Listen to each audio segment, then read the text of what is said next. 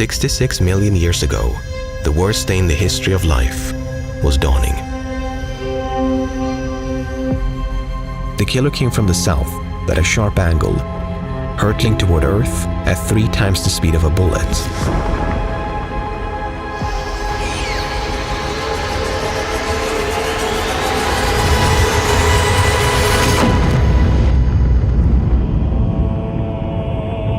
The impact carried more explosive power than 10 billion atomic bombs.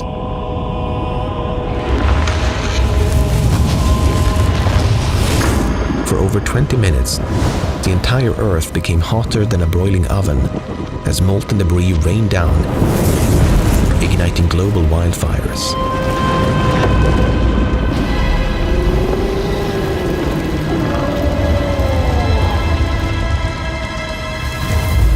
The resulting earthquakes are thought to have triggered volcanic eruptions around the globe, blanketing Western India in lava.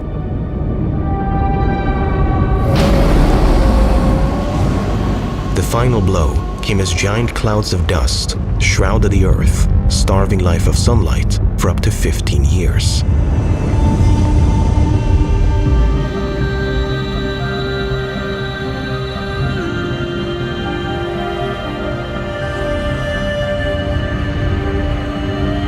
Charred landscapes turned to frozen ones.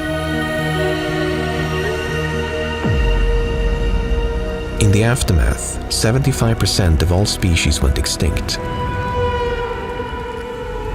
But a lucky few somehow made it through. Crocodiles, which can go months without food, took to the water and were mostly unscathed, feeding off dead matter that washed downriver. Birds with teeth went extinct, but those with beaks used them as multi-tools to access hardy food sources like seeds. Most critically, our tiny shrew-like mammal ancestors survived by doing what they did best: hiding out in the safety of the shadows. How would we fare compared to them if we faced the same apocalypse? What if the same asteroid struck again, in the same place, at the same angle? Would humans cling on, or go the way of the dinosaurs?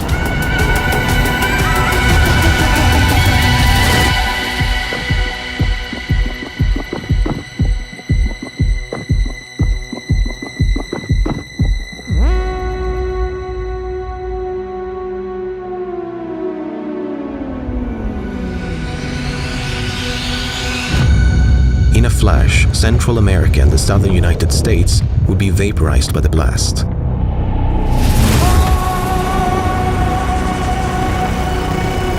$100 million people would perish within seconds. The sound of the impact alone would be enough to kill anyone standing 1,500 kilometers away. Within minutes, magnitude 9 to 11 earthquakes would ripple across the Earth, stronger than any in recorded history. Giant 100-meter-tall tsunamis would scour the coasts and flood up to 100 kilometers inland, enough to drown over 3 billion people. The bulk of debris would fall on the United States, putting hundreds of millions more at risk. For anyone far enough away, the quaking would send a violent message: to get underground before the molten rains came.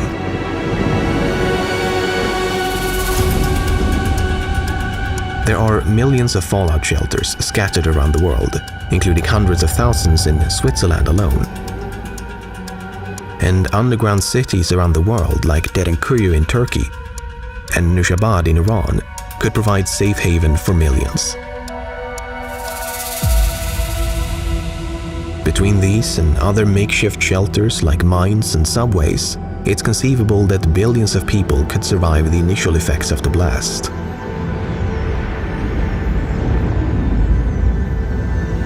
But even assuming they weren't destroyed in the violent earthquakes, Few of these shelters are designed to be self-sufficient for periods of months or years.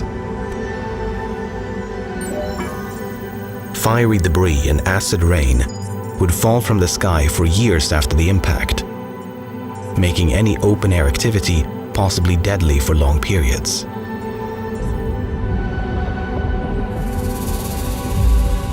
Only a small number of high-tech doomsday bunkers built by world governments and the ultra-rich would offer long-term protection.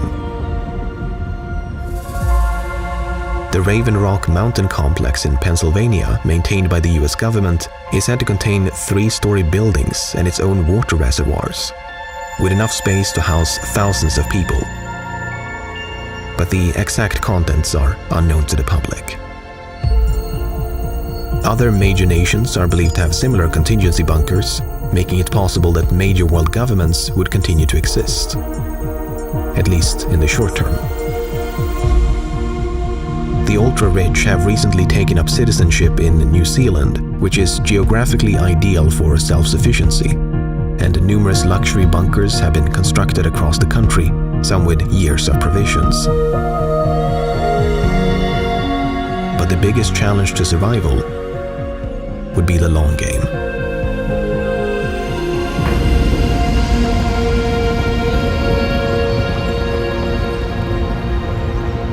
The all-consuming dust cloud would cause crops to fail worldwide.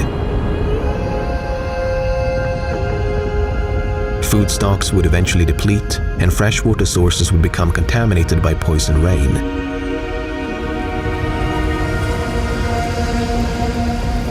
Famine would become the #1 killer, with a potential death toll in the billions.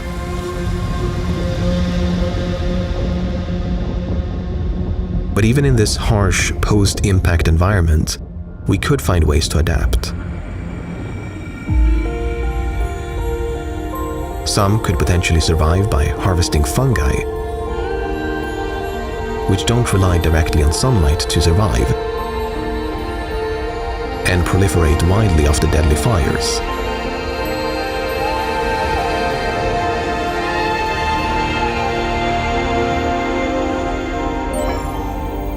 Over time, the climate would swing from cold to hot as excess carbon dioxide ejected from the blast trapped heat. With ingenuity and grit, small groups could live on, scraping by through a mixture of rationing, scavenging, and attempts at makeshift agriculture.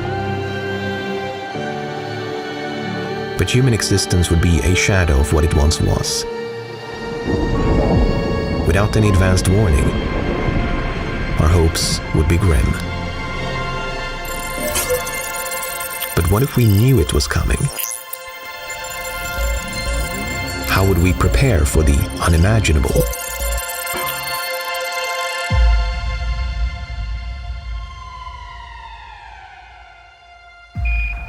In September 2022, NASA's DART satellites slammed into a tiny asteroid 11 million kilometers away. The impact was a massive success, slowing the asteroid's orbit by 32 minutes. Both the Hubble and James Webb Space Telescopes snapped images of the resulting plume of debris. Photo evidence that we now have the power to save our planet from catastrophe. But not all space rocks are created equal. The tiny asteroid hit by NASA was only a fraction of the size of the dinosaur killer. This asteroid was over 10 kilometers across, larger than Mount Everest.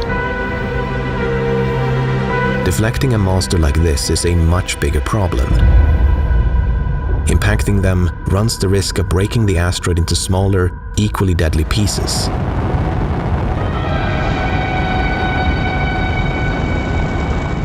High explosives could still do the trick if detonated next to the asteroid, knocking it into a new orbit. But more surgical methods might be a safer bet. Some have proposed using lasers to push an object into a new trajectory and out of harm's way. Others have suggested attaching large solar sails to drag the asteroid into a different orbit. Thankfully, astronomers have now mapped all asteroids larger than 1 kilometer inside our solar system, and none appear poised to hit Earth anytime soon. And anything coming from the asteroid belt would give us years to prepare a defense. But what if we missed one? We have no catalog of large asteroids that could come from outside the solar system. They could arrive suddenly at high speeds with very little warning. Whether we had a few months or many years to prepare a deflection mission, we would need a backup plan.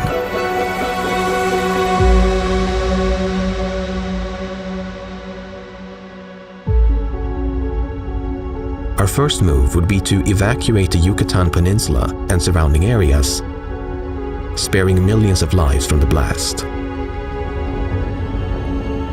We could then build a series of self-sustaining armored habitats, built to withstand raining meteorites and severe earthquakes.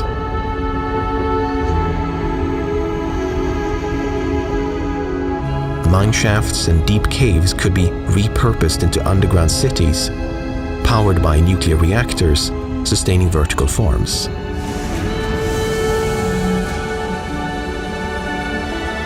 Places like Iceland could provide abundant geothermal heat, a renewable energy source not dependent on the sun, which could supply power until sunlight returned.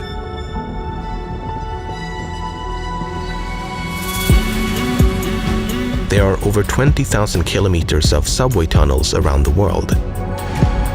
These could be transformed into a network of tunnel cities that could theoretically house over 1 billion people. A trove of seeds, livestock, data, and natural resources would be critical to preserve. Fortified vaults could be placed around the world, patiently guarding their treasures, awaiting the uncertain return of their creators. But the most important resource to save would be water. To preserve it from acid rain contamination, deep water silos could be dug to house vast reservoirs, lined with acid-resistant materials, then sealed to protect from the elements.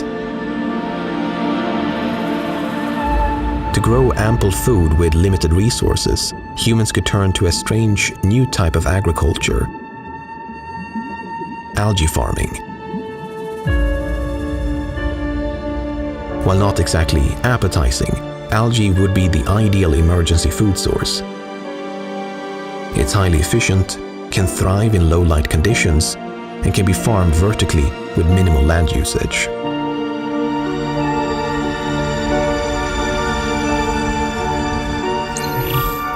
With multiple years to prepare, there would be one last Hail Mary solution to try: to leave Earth behind.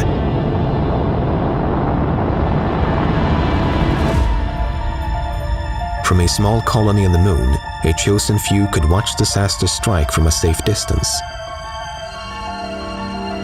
unsure if they would ever return.